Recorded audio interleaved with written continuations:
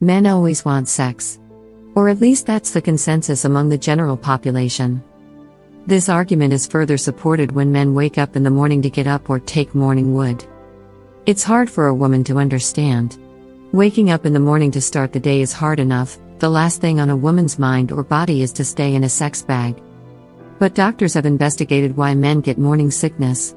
Yes, it's hard to believe that science has spent time on this topic.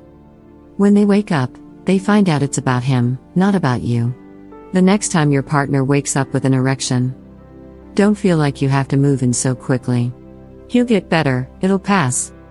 It's part of life, and men of all ages wake up with an erection. There are several theories as to why this happens when men wake up in the morning. Some people think that arousal is the result of a dream filled with sexual fantasies. Perhaps men do not focus and do not pay attention to their bodies.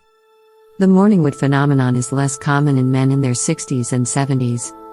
The theory of morning erection is that the penis is exercising.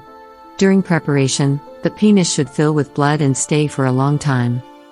A good night's sleep is essential for men to be productive during the day. The better a man sleeps, the higher his testosterone levels in the morning.